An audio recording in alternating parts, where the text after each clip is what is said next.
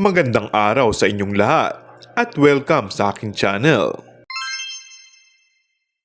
Aminado si Julia Montes na nagulat siya sa mga revelasyon ni Coco Martin tungkol sa interview sa kanyang kamakailan ni Tony Gonzaga sa kanyang YouTube channel na Tony Talks.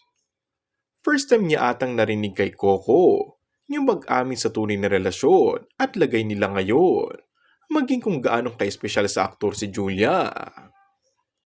Oo, ngayon ko lang narinig. Nakangiting pahayag ni Julia. Isang yes of course din ang sagot ni Julia Montes tungkol sa proposal na ginawa ng aktor.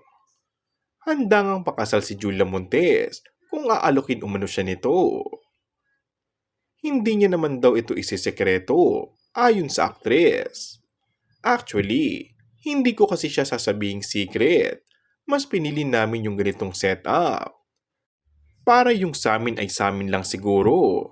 Yung pinagkaiba lang ngayon, hindi na big deal kung ano yung mga sasabihin ng ibang tao. Sa showbiz ay talagang magulo.